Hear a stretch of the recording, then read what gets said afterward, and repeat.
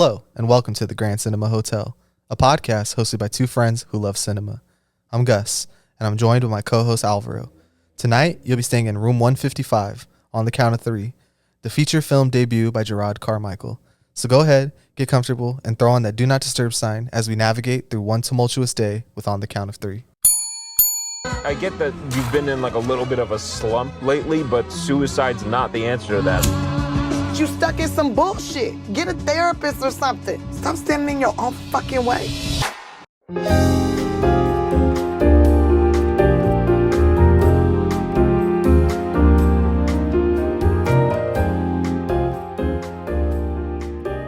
What's going on, all my besties, and thank you for checking back in to a special episode of the Grand Cinema Hotel. I'm joined by Alvaro. What's up, guys? And the reason this episode is so special is because if you are listening to this on the day of its release, it is my best friend Alvaro's birthday. So if you are listening to this on the day of release, please make sure that you go ahead and wish him a happy birthday. I know it would be much appreciated from me. And yeah, man, give my boy some well wishes in his new year. Claps. So anyways, we are doing the movie On the Count of Three, and I wanted to kind of throw it to you, Alvaro, not to put you on the spot or anything, but this was your birthday pick. Do you want to go ahead and explain why, how this came about? Yeah. So, we talked about this year how we kind of wanted to do films for our birthday.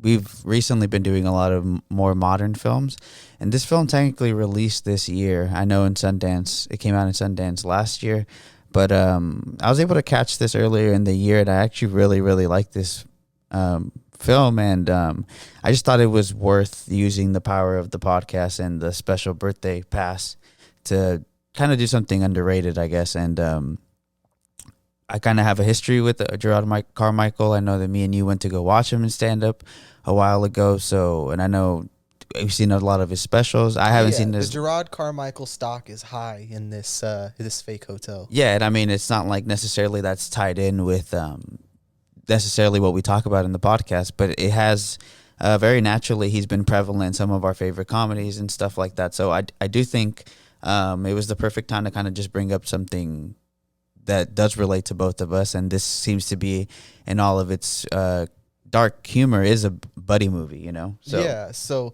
you told me that you wanted to pick this movie because it was current, but I was honestly surprised you didn't pick Paris, Texas, or The Cat in the Hat, dude. Yeah, I mean, The Cat in the Hat will get its day, you know?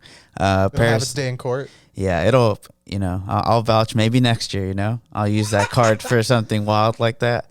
But I know Paris, Texas, I know it's going to get its episode, so I felt like that'll naturally come its own way, kind of like just the other episodes that we've done. So I did think if I didn't kind of use the stock for this, I don't know if we really would have done it, just because there's a lot of movies that come out every year, and because this kind of came out in such a wonky way, I do think I don't know if necessarily this would be something that we would cover anymore. Yeah, you know? I don't know. I can't honestly say I would have ever thought to do this movie, even though I am a big fan of Gerard Carmichael. Mm-hmm.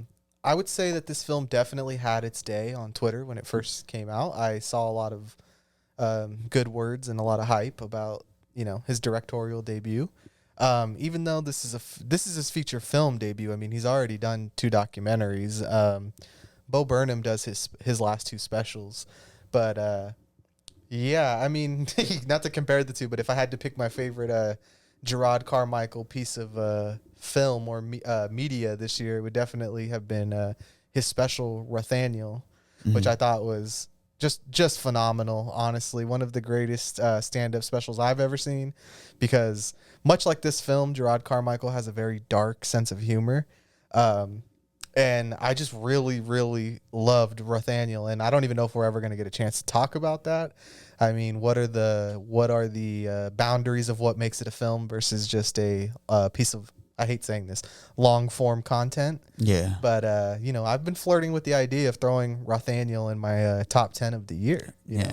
It's feature film length. As long as it's 60 minutes, it counts as a feature film. That's the rules. Them's the rules. Them's the rules. I don't make them up. I just abuse them. But if it's on Letterboxd, it counts as a film, right? Oh no.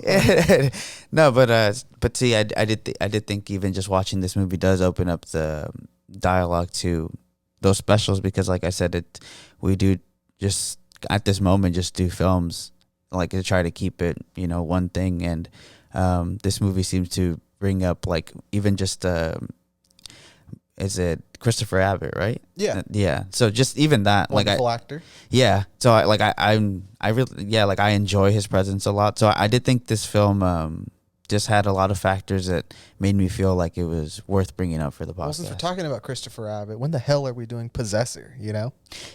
Yeah, I mean, Possessor, I just thought we, when we hop back on the, next year we're going to have his other movie. Infinity so Pool. Maybe we do it before that. Hell yeah, man. I'm so excited for that. Not to get too much off the subject, but I absolutely adore Possessor, and I'm so excited for Infinity Pool. But yeah, overall, I would say this is a solid debut film. I would say that my biggest gripe with the film is that because almost every single person working on it is pretty new, I do think that shows, that comes throughout the movie. Not that that's a bad thing. Everybody has to make their first movie. And those will be to varying degrees of success. And we were talking about this before we started, that it's not fair to compare directorial debuts, but in the context of the podcast, we have covered quite a few phenomenal debuts. So to kind of within the context of the podcast, to judge them, this is no Get Out, this is no The Witch. Be like, maybe a closer comparison would be like something like Lamb, like like that really small scale. Yeah. But not, I'm not comparing this film to The Witch or whatever, or Get Out, but I'm just saying, when we have covered a debut, it's usually like, wow, right out the gate, you can tell that this is an amazing director. But I do have a lot of optimism for Gerard Carmichael's, hopefully the beginning of a long career directing films, because I do enjoy his presence, like you said, and his just his overall view on things. And I think that that's portrayed well in this movie. I was going to say, I think his overall view is what I'm interested in too. That's why the comedy really, I can relate to it. And the film, I felt like was just kind of an extension of that same thought process that he has. And I know that he necessarily didn't write this one, but it seems to, we were doing the research, or you were looking at before, but it's a very tight team. It seems like one of the main writers, there's two writers, and I believe Ari Katcher is the one that Gerard Carmichael is closely associated with, because like we said in his two documentaries, he was a writer on Home Videos and Sermon on the Mount, which are two incredible documentaries that I think you should check out. They're on HBO Max. By the way, this film is on Hulu, so if anything we say about this movie does interest you, it's right there on Hulu, man. You can watch it right now for free. Yeah. And I do recommend checking it out, especially if you're not a 5 to 8 movie guy a year, but if you're even pushing like 20 plus, I would say that this is definitely the type of film that it's like, seek it out. Go ahead. I mean, I do think that its subject matter, which is very dark, we're talking about suicide here, that I'm not versed enough to say that like, oh, nobody else is making movies like this, because I'm sure someone else is. Yeah. But I appreciate the take on it, Yeah, that's if I had to put this movie if I had to elevator pitch somebody, I would say, okay, it's two friends and they strangers on a train themselves. You know what I mean? Yeah. Like, instead of killing each other's spouses, they're like, what if we kill each other? That's so funny that I thought the elevator pitch would be like Thelma Louise. Thelma and Louise. Yeah, there you go. Thelma and Louise, but like with depression. Yeah, I mean, there's a car chase in this movie, Yeah. So, but which is just a weird thing to say for someone's debut, at least. And I mean, and the Rothaniel, don't want to spoil the comedy special for anybody, but he obviously kind of goes to a place that's very dark and personal. And I think, again, this movie just really explores those themes in a way that I think for the 84 minutes that it's a pretty short movie, I think it does a really good job of kind of showing a spectrum of emotion, really. Oh boy, if this movie was any longer, or in and I will give Gerard Carmichael credit for this, in a lesser director's hands, Yeah. this movie would be abominable. Like, Yeah. just like, oh my God, why would you do this? What were you thinking? You know, but I do think that he has enough of a Midas touch as a director to steer the ship, and that I do think that this is a successful film. I find films like this kind of hard to talk about, where it's like I don't love them and I don't I don't hate this movie either. It's a little hard sometimes to talk about something that was just like, yeah, that's pretty good, because I don't know if maybe my analysis ends there with it, but yeah, I would like to hear more about your first time, and kind of, not to sell me on it, but why do you like this movie so much? I see. Well, the first time that I did watch this, because I had this kind of just on my radar for the same reasons that we kind of talked about, that it has to do with him. And I kind of just really liked that it was going to be the cast, honestly. So like it's a two-parter. Yeah, Christopher Abbott. Just kind of, I don't know why, just kind of always really liked the small stuff I have seen him in. And when I read kind of like what it was about, I thought that the synopsis was interesting enough to me, very short, and I just kind of was interested in how exactly that was going to be portrayed. And I did just really feel like this film stood out to me, honestly, was because of what it is, and the budget that it might have had, which I didn't really look up before this. Would probably be micro, honestly. Yeah. If I had to guess, if you told me they made this film for less than $1 million, I would believe you. Exactly. And I just really think that the acting here is what stands out a lot. And there's a lot of movies that probably have the same budget to spend it on anything else. And, they get their message across fine as well. But I do think here, since it's so centered around this very grounded relationship between two friends, having very similar thoughts, but coming to different conclusions, was just done really well. And I did think there's no lag here to try to introduce you to characters. But at the same time, the deeper you do get into the movie is when you kind of get the more information that you might need in terms of why they would feel the way that they feel. Yeah, I would say a lot of this film is told through the characters and less through the plot. Like a character is introduced, and that is a vessel to talk about the past, maybe, or maybe why these characters are feeling this way. And I also wanted to ask you, was who do you think gives the better performance in this movie? Because I know Christopher Abbott is a more seasoned actor, but I got to say, I do think that Gerard Carmichael gave the better performance of the two. I think the reason why I give it to Gerard Carmichael as well is I think that his character is a little bit more dynamic in terms of being the person we're supposed to relate to. In terms of every time somebody walks out of a movie, what did you learn from this movie? I think his character kind of comes to a full circle realization that these thoughts are obviously there, but that things are worth living for, or whatever they may be the conclusion. And I think that's why his performance here kind of stands out more to me, is because his character is more dynamic, and his character kind of ends up having conviction and convincing himself of something he was so sure of in the first place. Yeah. And I think, that's why. No, I was going to say, but that's why I agree with you. And I do think, and that's not to take anything from Christopher Abbott, because like you said, he's more seasoned. But I just think his character is kind of just written more into, he's the opposite in some way, but obviously, it's not going to take too much convincing once you hear the premise of or kind of what the situation is. Yeah, I would say, Gerard Carmichael's obviously the straight man in this movie, and Christopher Abbott is where I wouldn't call it screwball, but a lot of the comedy relies on him. Yeah. And, I wouldn't sit here and say that I'm the biggest Christopher Abbott fan, so maybe I don't, I'm not aware of his filmography or the types of films or TV shows he's been in, but I wouldn't say that I actually thought that he was like funny, you know what I mean? And I think it's because of the dark nature of the story. It's more like a tragic funny than it is a LOL funny. Yeah. But I do think in certain moments in his performance that he is going for the laugh out loud moment, when that doesn't really seem like the tone of this movie. Yeah. Which I think that's really where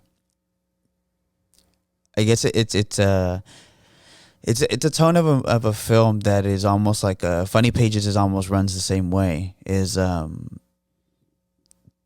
is a lot of LOL moments and dark humor, and I think that's kind of what gets you past those things. In a weird way, it's almost like a healthy release at that point, and I think that's why this movie kind of just really takes that approach, and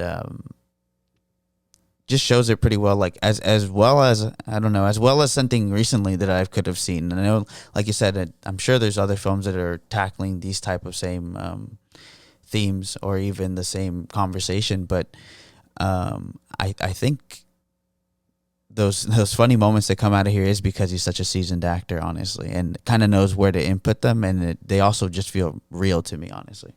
Yeah, I mean, I would definitely say this movie does feel real. It does feel like a documentary more than it does a piece of fiction, you know? Yeah. Like, I do picture these two characters actually existing. I mean, a lot of that has to do with the settings that they're in, their positions in life.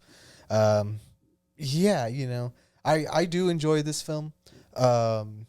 But I would say I obviously don't enjoy it as much as you do. Mm-hmm. But it isn't because I actually think there's anything wrong with it, you know? Yeah. Like, maybe it just doesn't speak to me the same way it speaks to you, which is obviously fine. I'm not gonna act like this movie doesn't speak to me, so it doesn't make sense or it's not good. I just since we're kind of on the subject of like the end of the year, and we've kind of been teasing that here and there. Like, I know that this is one of your top 20 movies of the year.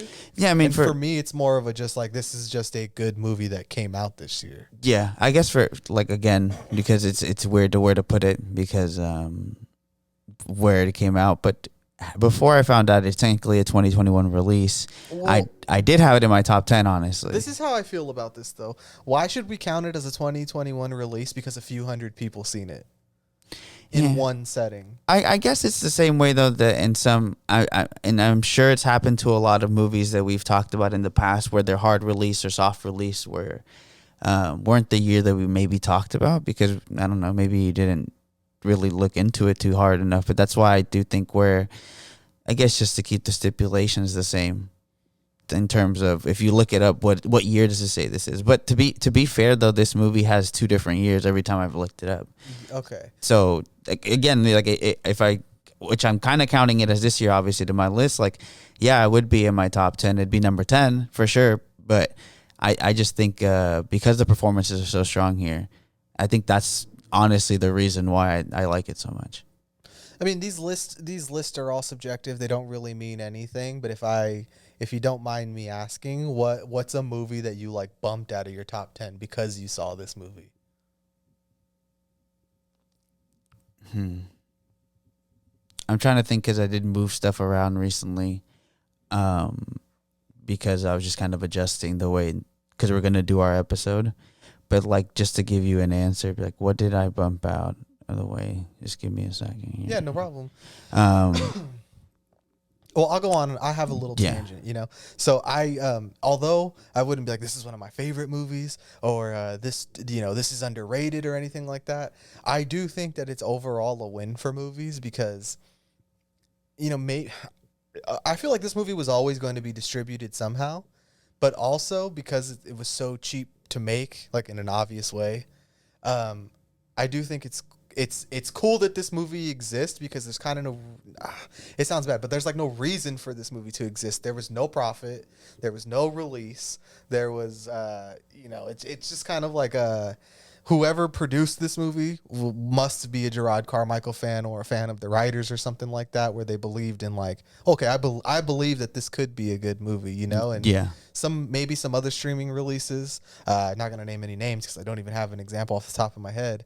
Or, you watch this and you're like, why did they make this? Because it doesn't make any money and no one seems to care, but I didn't, maybe I'm a fool and I didn't realize that Gerard Carmichael would have so much sway, but I would be interested to know why and how, whoever produced this decided like, let's go with this. Yeah, and maybe it is just the subject matter. Like you said, it's a topic that is more talked about now than it would have been in the past.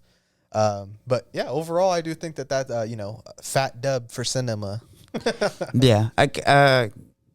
Very just subjective, I guess. But to answer the question, now that I did do some thinking of it, it actually pushed out like Triangle of Sadness, actually. Like that's like in which I enjoyed that movie a lot, but I do think I find myself that I'm gonna watch this movie throughout my life more than I would watch Triangle of Sadness. So you're a Letterboxd head. You're a film Twitter man. Do you feel like this film is underrated or properly rated? Because it did have its moment. You know, I don't really see anybody talking about it so much anymore. I feel like this is the right kind of sleeper pick to be like, oh, this made my top 10. But I haven't seen that love for it yet. It just kind of feels like it came and went.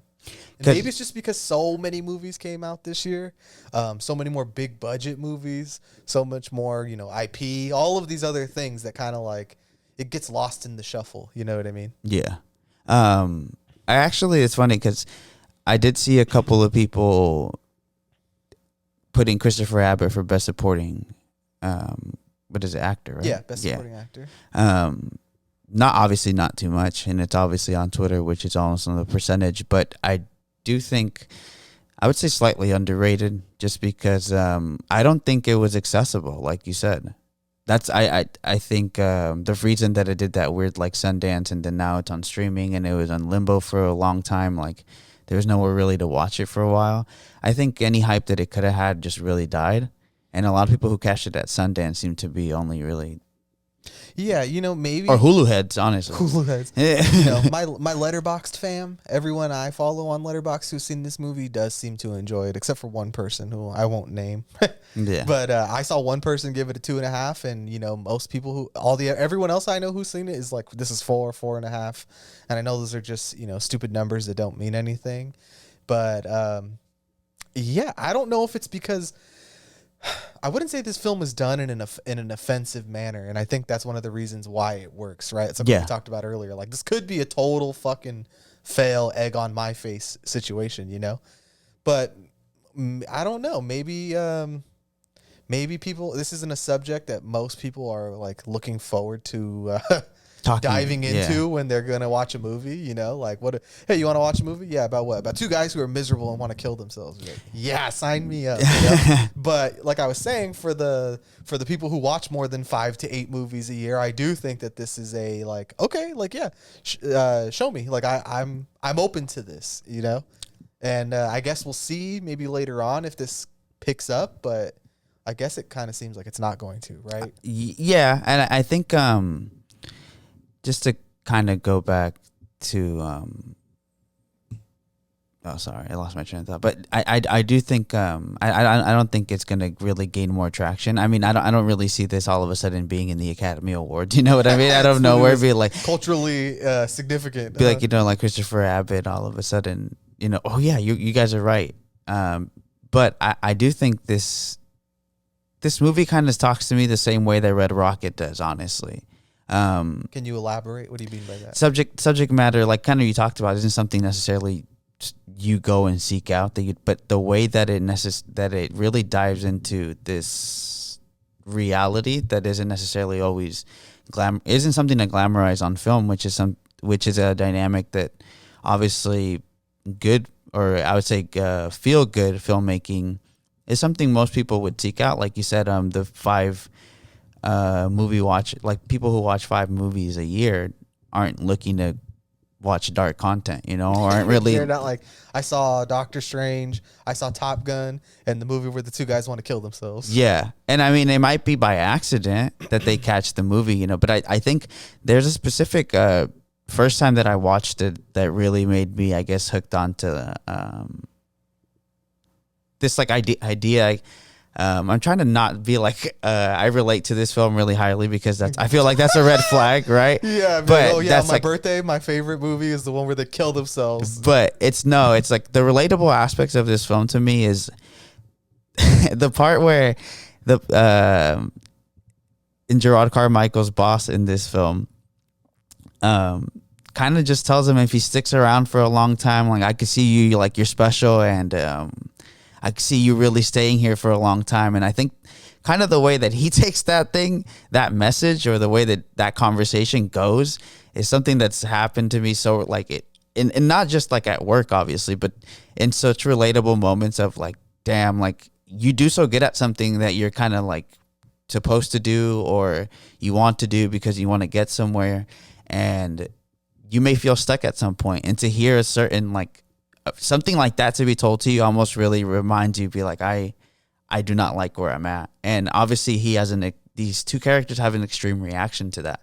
But I do think that the way that we talked about kind of on the car, some of the conversations we have about overshowing things, right? Like you talked about, you heard somebody, I think you said Adam Naiman, right? Yeah. Kind of something lingers too long and it kind of that kills it. But yeah, that's like that's what makes a good filmmaker, is when you know, cut after you smash one empty egg, not after you've done seven. Yeah. And then also I saw a lot, like this is just a prevalent theme that I've seen a lot by coincidence, is movies that are really good at saying, where the characters say I love you, but they don't actually say I love you. Okay. They say replacement words, right? But I did think that that's what that whole scene did for me. That scene where his boss is talking to him. It's not supposed to mean anything. It's supposed to just be a conversation. But I felt like the film does such an like honestly like outstanding example of just kind of relating emotions without a conversation that isn't saying anything that should really hit to anybody, but because you've been in that boat before, it's like, oh, I definitely 100% understand what this is. You know what I mean? Yeah. I didn't think the film had a like overtly negative vibe to it. Although Gerard Carmichael, by the end of this film, I feel like we can do spoilers. That's fine, right? By the end of this film, he changes his mind. He does have a reason to live. He realizes he's going to have a child. But Christopher Abbott is honestly more of the nihilistic character. It feels like Gerard Carmichael had, maybe not just one bad day, one bad week. Like it's been it's just not, not being. He's not in the position he wants to be in life, right? And there's a conversation that takes place between the two characters of Christopher Abbott telling him that, like, I actually have stuff wrong with me, and you don't even know if your life is going to be better tomorrow. You're in a rut. I am a truly fucked up person. All these doctors have tried to help me. All of the rehab, the therapy, I've taken every drug imaginable to try to, fix me. So it is, he is much more of a tragic character than Gerard Carmichael. Yeah. And I don't mean this in an insensitive way, because obviously we can all have these thoughts. We're all capable of going to these dark places that Gerard Carmichael's character does go to. But, it just feels more like an overreaction. It sounds awful to say that, but it does just feel like an overreaction versus Christopher Abbott's character, who's, been struggling his entire life, because Correct. Once that piece of news is there that Gerard Carmichael's character, Val, that he's going to have a baby, his whole perspective, on life changes because of a few words, and like Christopher Abbott's character, it does feel very, very obvious of how it's going to end for him. There's no other way.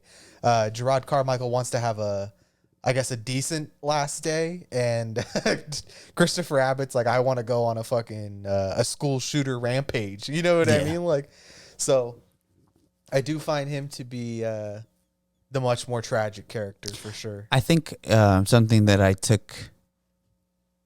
I don't think this movie really, maybe it does, maybe it doesn't, but the fact that they kind of talk about in the beginning of the film that he had tried to kill himself earlier that week. 3 days in the prior film. to the beginning of the film. Yeah, and it's almost like you're living on a second life, and I think that's the way that he really approaches those last 4 days. Obviously, he didn't think he was going to get out, but once he does see that he's out, and at this moment, he just gets caught by, his best friend, and almost gets convinced again to why, you should feel the way that you feel, only to the best friend to pull out at the last second, which in a movie like this, in context, it might be like, dang, that's fucked up. But even Christopher Abbott's character here at the end understands that the same thing he reiterated to him, like, we're not the same.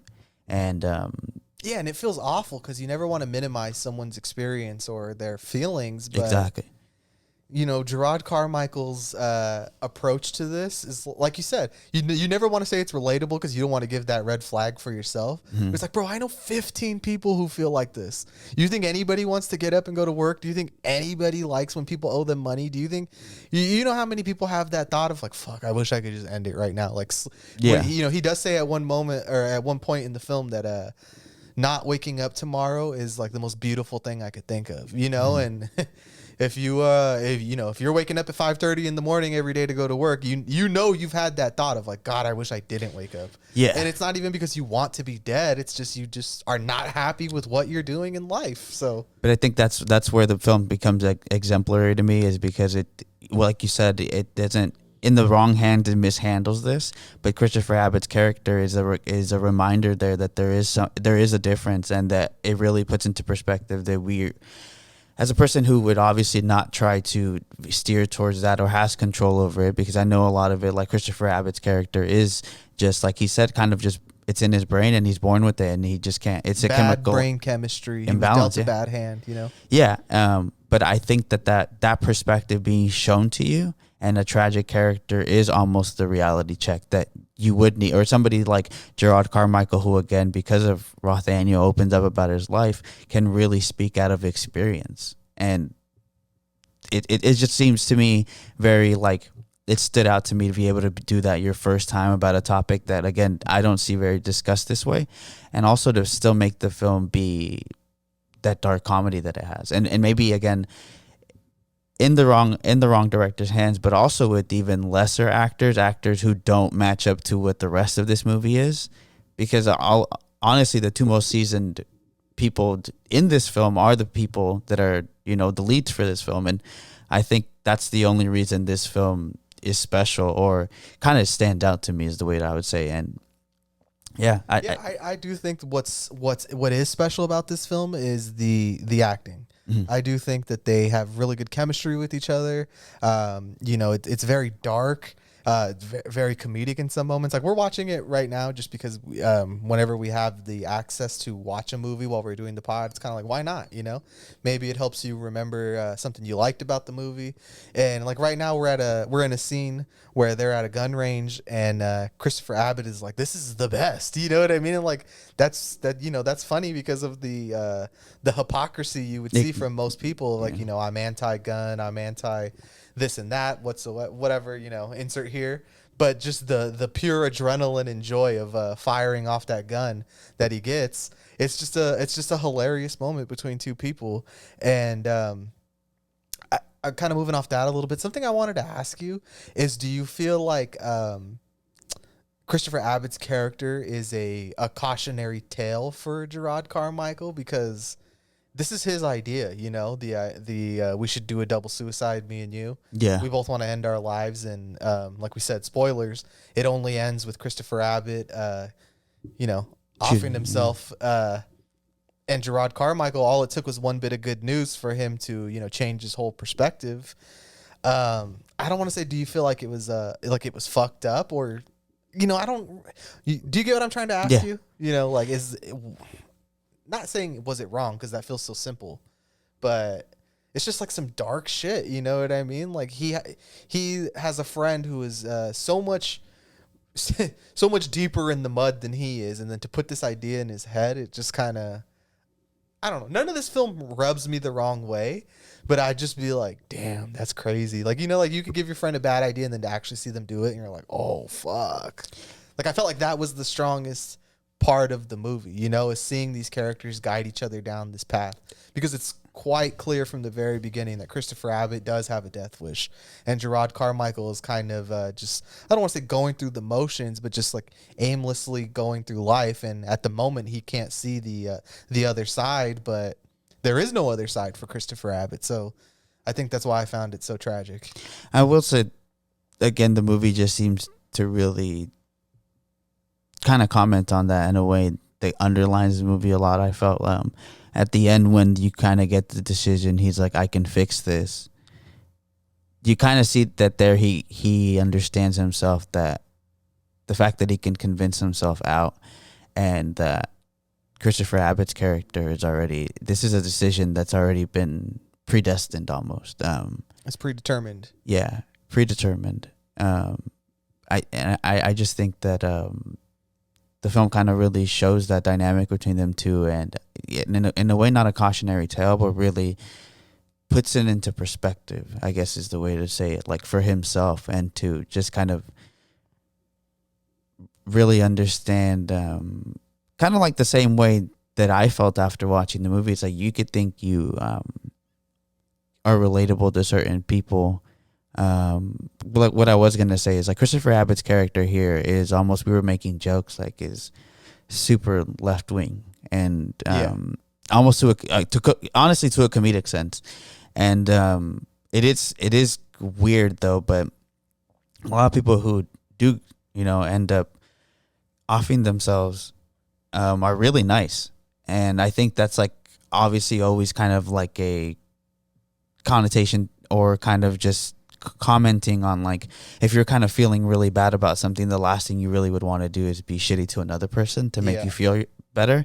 And I think that shows a lot of resistance, because it's easier to be a shitty person, especially if you're having a bad life, in case for Christopher Abbott's character here. Yeah, I get you. Yeah, he definitely is he is a nice person because he's downtrodden. He's been through the mud. He knows what it's like to, he tells the store clerk at one point after he pulls a gun on him when Gerard Carmichael needs medical supplies, like, it feels bad to ignore people. Nobody wants to be ignored. Like, he does have these moments of, like, he calls himself a bit of a hypocrite, but just these, he's almost going through like a falling down-esque day. You know what I mean? Where it's like, I'm sick of being nice. I'm sick of doing all of this shit. And I would say Gerard Carmichael in this movie, I wouldn't consider him a nice person, like, no, exactly. That's what I was getting at. Differing aspects of where they're coming from, like Gerard Carmichael's character has become very rigid, very not aggressive, but just kind of a harsh person, cold. Yeah, very cold. And like you said, maybe because Christopher Abbott's character has these, like, it feels so bad to say, like, real issues. It's not like Gerard Carmichael's character doesn't, but he can see the, like, the lack of empathy in the world.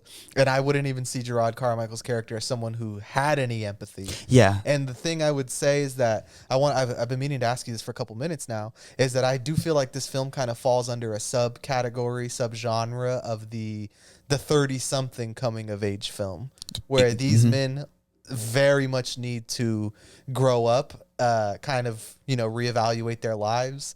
It's not like it's ever out there, like, Gerard Carmichael wanted to, or his name's Val. Like, Val wanted to do this, but now he's stuck at the shit factory.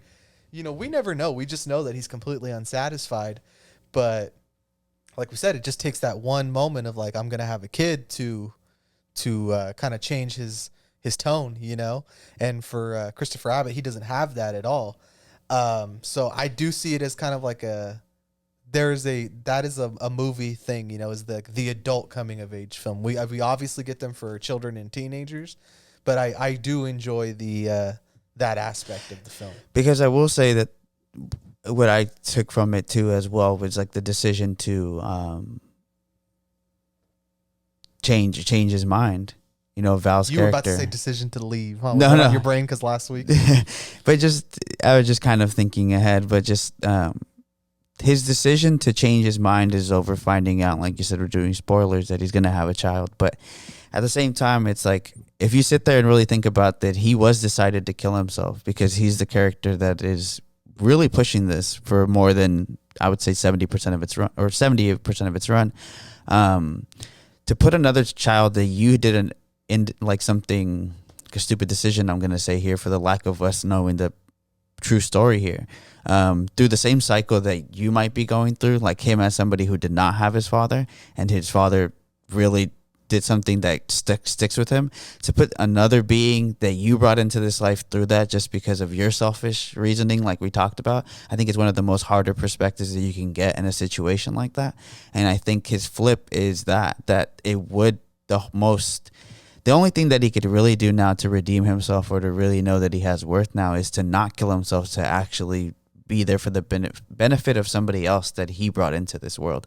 And that is something that I don't necessarily know if the movie touches upon too well, but I think that is one of it being in any situation like that, I think being faced with something that, like suicide versus something like raising a kid, which are so polar opposites in terms of... Oh, they're the complete opposite, the ending of life and the nurturing of life. New one. Yeah, and I think that's kind of where what would convince you to not kill yourself, right? And I think it has to be knowing that I'm going to cause another person to do exactly this.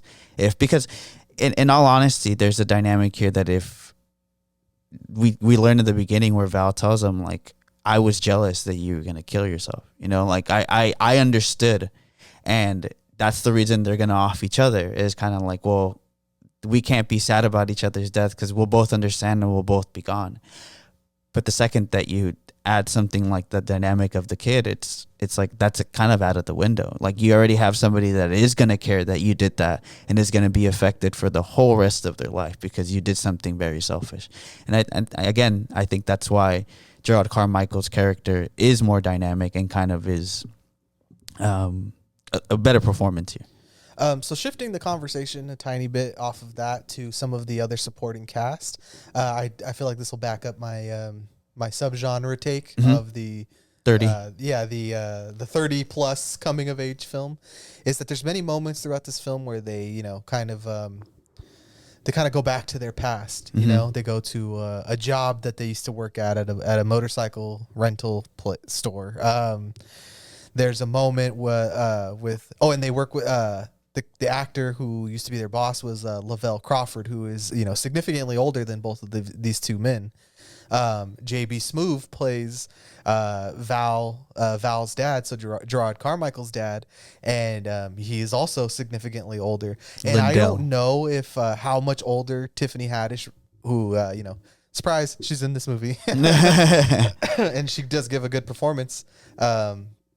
I don't know how much older she is than Gerard Carmichael, but these older characters do seem to have already passed this idea of, my life just fucking sucks. 6 years difference. They're kind of doing the, like, get your shit together, like there's more to this life than just, I hate talking about the subject of suicide like this, because it's so much deeper than just get your shit together. Well, because I think you're right. Those are prevalent themes from, I would say, people who are older, more wise, who have kind of, you accept your lot in life at one point and you have to make the best of it. And I think the way that is really carried through is through the scene of Gerard Carmichael and JB Smoove. He's you've wronged me. I want my money that you stole from me. You fucked me over. And like, obviously, JB Smoove's character had done these things, so it's easier for him to say you need to get over it. Yeah. But also, it's kind of like what we talked about in the Fablemans, is like seeing your parents in a different light. And, maybe when you're 30 plus, you'll kind of learn to appreciate the struggle that your parent had went through and seeing them as a person. And it could be a moment for him to kind of, forgive and forget. But like I said, he is he is so much more harsh than Christopher Abbott's character that from the beginning that that's never going to happen, And even though Christopher Abbott is the much more tragic character, he can still see that light of, like, you should reconcile with your dad if this is your last day. Yeah, he's the one that tells him. You should go and talk to your ex-girlfriend and, kind of sort out your affairs and, kind of just make peace with the ending of your life. And it's not something that he's really open to. Yeah, I to kind of just add to your point and agree, and it's like Tiffany Haddish calls Val's character little boy all the time. And I think it's because those are the decisions, or she knows that that's the mindset that he's in. The second that he grows up, he'll learn to have a better outlook on what his position is and what he needs to actually do. Something, again, to just kind of in contrast to Christopher Abbott's character, I think that we get another Rashad character here, Henry Winkler, sorry. Don't ever disrespect the Fonz in my house. Who was super, I guess, in terms of the story, super integral to the first kind of helps that Kevin's character tries to get. Kevin is Christopher Abbott, by the way. We said Val, but Kevin is Christopher Abbott. Yeah, and obviously at that age, any type of help that you might get, you would think you're open to, and it's kind of alluded to that there was either just mentally taken advantage of or something traumatizing happened in terms of physically. That kind of just adds to somebody who was already chemically imbalanced, and to add a situation on top of that and to kind of lose faith on something that is supposed to help you. Okay, you get that, right? And then you also get in this movie another side character, which is his bully, and which is just so relatable in the worst way to so many people that I have ran across, in terms of people that you see that you went to high school with, who are just not the nicest people to you, and all of a sudden seem to well, in this movie they don't forget, but for some reason they still think it's funny to be assholes. It was awesome when I beat the shit out of you, man. And it's so funny. And kind of like you said, maybe it's, again, just the same thing, coming of age. There is a lot of 20-something-year-olders who would have that kind of dynamic with somebody and still haven't grown up at all, you know? And I do think, though, we get into some insight here that he was heavily bullied in high school. So, again, you just add another dynamic here, that, not to bring down Val's character, but these are very real, out of his control things. And to add to already to somebody who's chemically imbalanced from the get-go is just, you're just stirring a really, a pot. And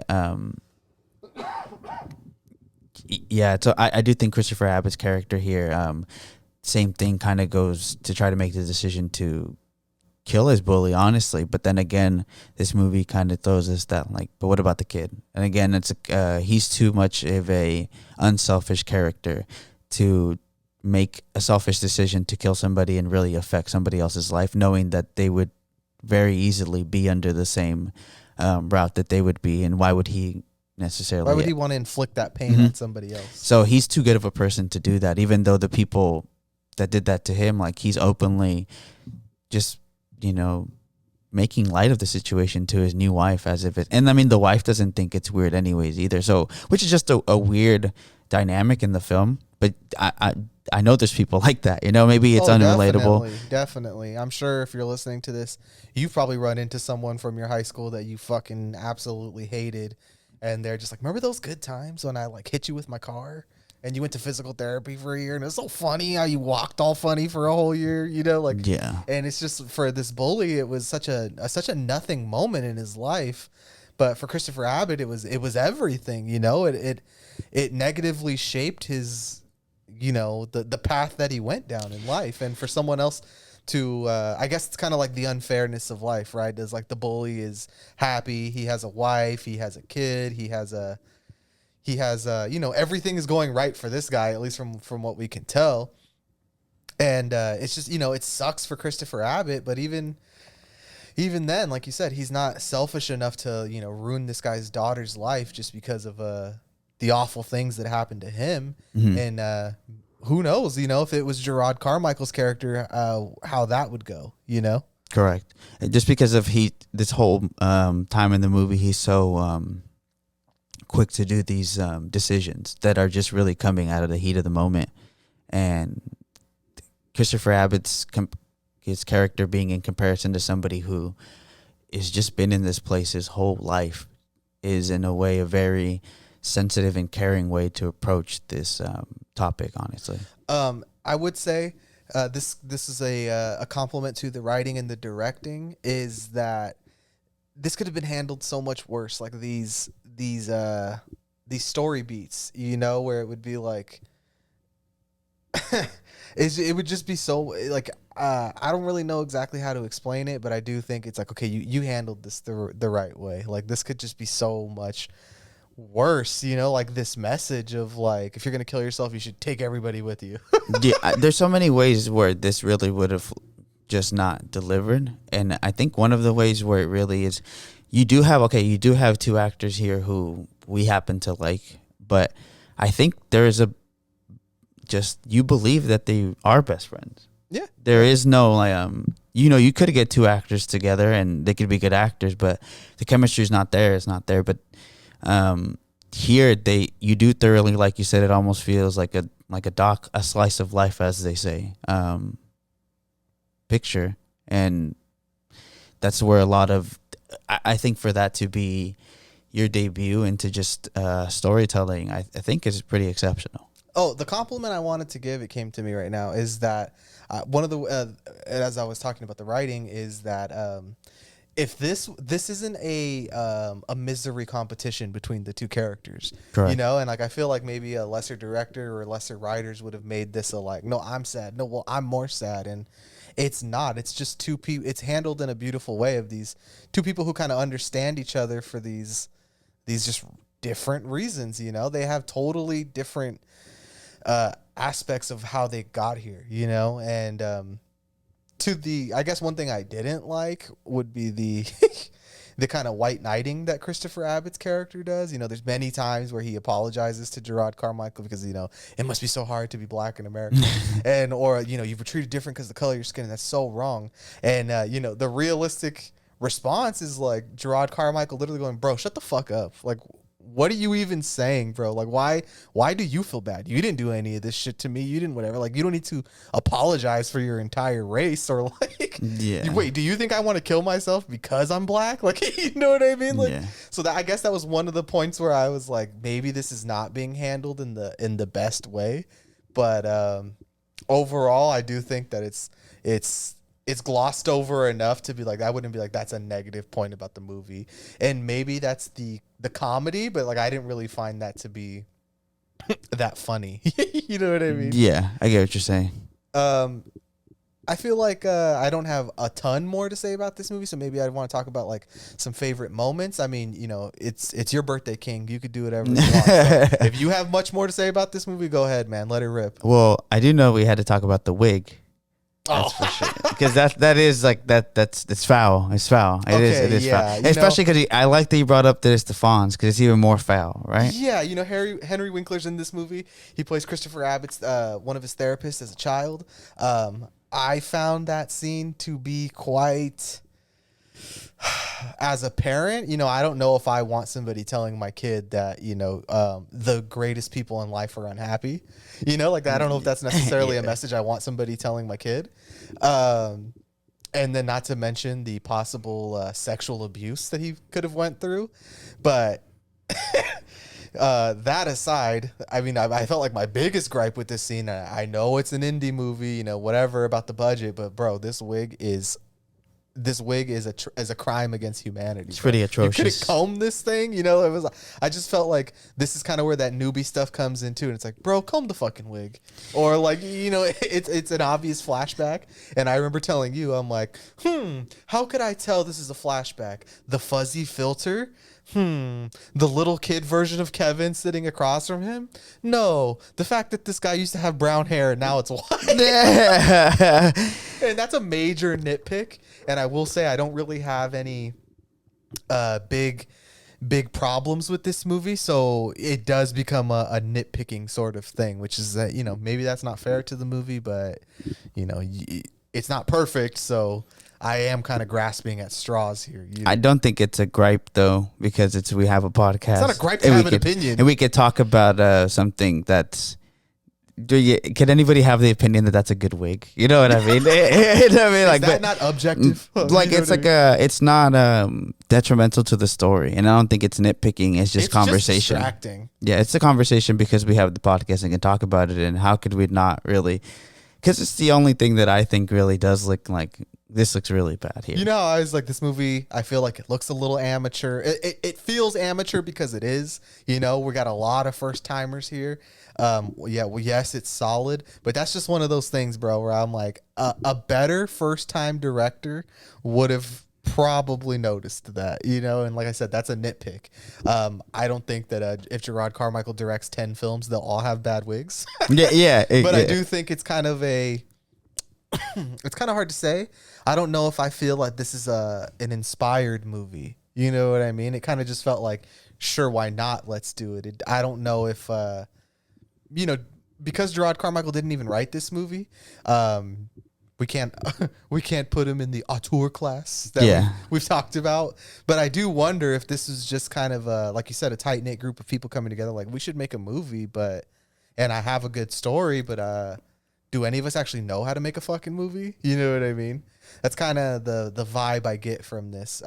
It feels almost, I wouldn't say like a thesis or a student film, but just in certain points, I'm just like, I can feel the amateurness kind of just oozing from the frames, Yeah. But overall, I still do enjoy it. Like I said, everybody has to make their first movie. It's just, we've been very spoiled with some of the first movies we've done on here. Yeah. This isn't Get Out. This isn't The Witch. This is probably arguably the lowest budget film that we've done on the podcast, though. Which, I mean, honestly, I mean this I don't mean this to be negative, but like, if this was a short film on YouTube, I would believe it. Yeah. If it was 30 minutes of this subject filmed this way with these two characters, I mean, it kind of looks like it's shot on film, but I honestly can't tell. It could just be digital, it pushed in a way to look like film, but I'm just like, this feels achievable. And maybe, you know, that's not a bad thing, but sometimes you watch a movie for the first time or a first timer's movie and you're like, you could just tell that you were meant to make movies, you know? Yeah. And I don't know if this feels like that. I do know that it is shot on film, which is a reason why I think It can't be too small of a budget if it was shot on film. And then I'm going to go in the 2 to 5 range, honestly. Millies. You're not going to be able to find it. I've already tried if you're looking for the budget. No, not the budget, but I'm pretty sure this was shot because one of the first times I did hear about this was because Kodak posted about Gerard Carmichael shooting Kodak his debut. Black or Kodak Film Stock? No, Kodak Film Stock. Yeah, but that Kodak tweeted that this Gerard Carmichael's debut was being shot on Kodak film, and I think that is actually where the first time I kind of got my eyes on it, and then I kind of just read more into it. But because that is like the grain is like alive in this movie. Oh yeah, for sure. And I don't know if stylistically that's something that I just really liked. But I do think there's certain shots in here. I know you said you didn't like it too much, but at the end, I do like the motorcycle scenes at the end with the. I mean, they're dark, but again, I don't know. They do feel a little like that is the hopefulness in other blockbuster movies, and it seems a little out of place in the movie. But I think that it's just little sparks of what we're talking about. He's not always going to have this budget. Yeah, you know, who knows when if he works with if Gerard Carmichael was to work with Hoyte van Hoytema, I'm pretty sure his movie would look 1,000,000 times better, you know? Yeah. So I wouldn't even say it's a Gerard Carmichael problem. I don't want to shit talk the cinematographer too much because he's only done a few things, but the other big thing that he's really known for is doing Breaking Bad, the El Camino, a Breaking Bad movie, which is a movie I enjoyed, but I also kind of had the same issue with the cinematography. I was just like, meh, you know, and I know it's a story-driven movie, it's a character-driven movie, but film at the end of the day is a visual or is an audio visual format. So to it, you know, I don't want to say it's a cop-out to be like, well, that's not the point of this movie, but it's like, no, but that's the point of making movies, is creating these beautiful images to go along with these stories. And I don't think that it's like horrible. I just think it's kind of uninspired, kind of paid, you know, just a paid job. You know what I mean? Like, okay, yeah, I'll do this, but I don't know if I would necessarily say this cinematographer was like, I'm going to create the most fire fucking visuals for this movie. Yeah. And, you know, maybe because Gerard Carmichael is a first-time director, that was not conveyed to him. But like I said, these are just gripes. These are not real fucking detriments to the movie, because I do understand that this is a first time. Not everyone's going to be Jordan Peele. Not everyone's going to be Robert Eggers. But I do think that the cinematographer is still in need of having his touch, you know, which I don't really feel in this movie. I don't. It sounds dumb to compare them to somebody like Roger Deakins, but that's a well-known cinematographer that most film fans would know, right? Yeah. It's kind of hard to pull out another comparison, because it's like, how many cinematographers do people actually know? And that's why I'm throwing around such big names. But I do feel like it has its moments where I'm like, okay, this could be visually interesting, and then other moments where I'm just like, this is just okay, point the camera and these two are gonna act, and that's the point.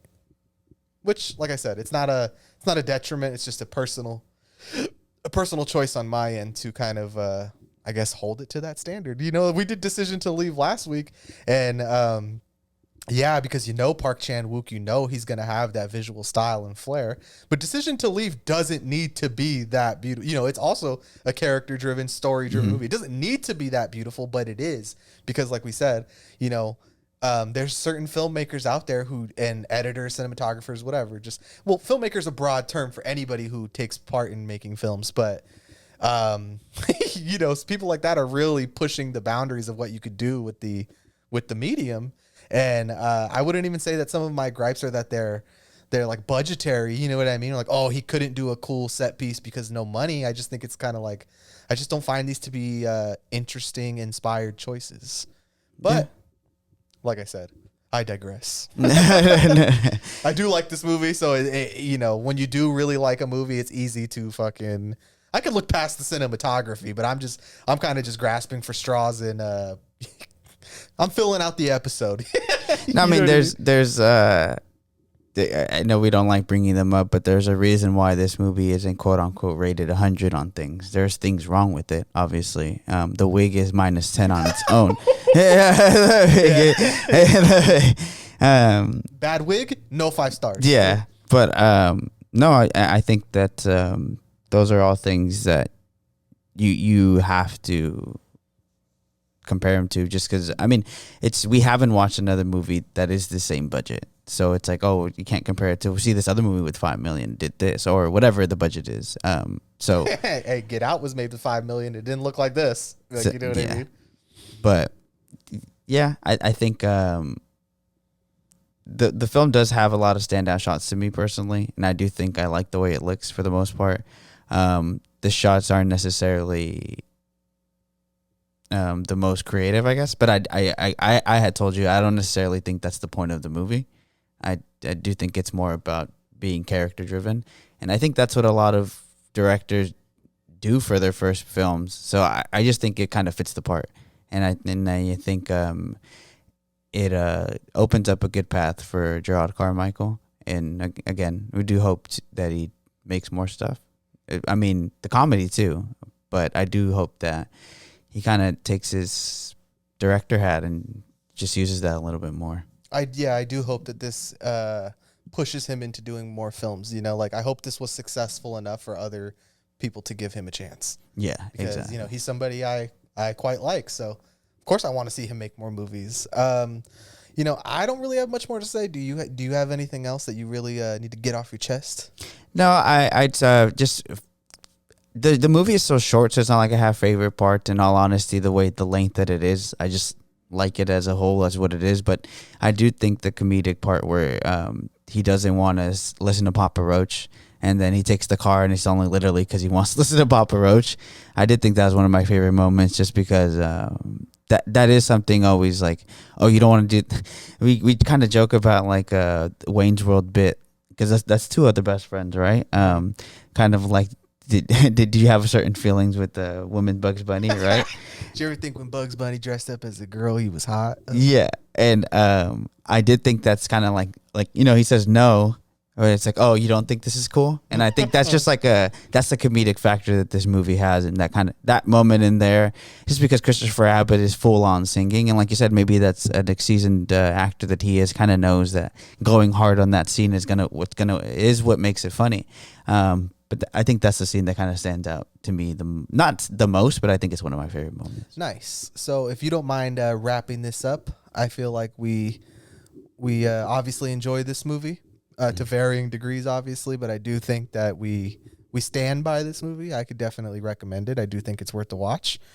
Yeah, I mean, I know I keep asking you, but yeah, you're good. Be like, I don't want to, cut your birthday episode short because I don't have as much to say. No, yeah, no. And this, I think we talked about it just as much as I did want to talk about it. It's obviously a midweek episode. I do appreciate it's an end of week episode. End of week episode. I do appreciate you doing this for me.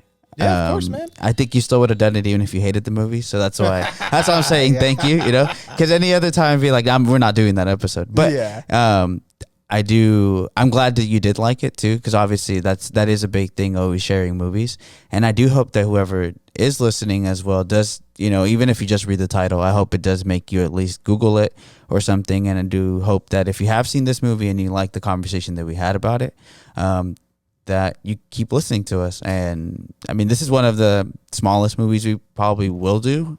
And, I'm glad that I did this movie, just because I do think, in the year that I'm in and everything, in hindsight, I think it'll be kind of more obvious, not more obvious, but it'll stand out to me more as to the reason why I would have picked this movie. Mm-hmm. And I think it's just kind of cataloging what you liked that year, or what kind of cinema you were into that year, and obviously this isn't gonna this is my number one movie, because that'd be like completely just trying to be this is way better. But no, but I do think it'll be something that I watch for the coming years, and It'll be a fun movie to revisit. Yeah, I do think it'll be it's the fact that it's not long. Like I had just as joy rewatching it as I did in the beginning of the year.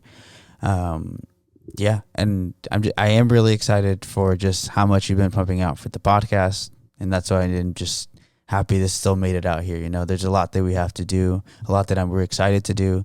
I know our next episode is something we've been like itching to do. Oh yeah, our next episode is one where I'm like, Fucking low-key, hell. is this my favorite movie of the year? No, yeah, You know, exactly. You know, and it's also a buddy dark comedy movie. You know, from one of the masters of it, Martin McDonagh. Banshees of Inisherin has been teased quite a bit, but it is officially on HBO. So that episode's coming. so yeah, there you go. So you have 2 back-to-back buddy films, which are just as dark. Tackle the subject matter a little different, but definitely Banshees is funnier though. It's just because I cannot believe these people are real. I'm almost there to be like, yo, this is my favorite movie of the year. I cannot believe these people are real. I would not. Don't be surprised if it creeps into my top 5. You know. My final thought on this movie is this would have been a good movie to call Decision to Leave. Yeah. And you know, like, subscribe, comment. Thank you for watching the show as always. Make sure you wish my boy a happy fucking birthday, and Grand Cinema forever. Bye-bye. Bye.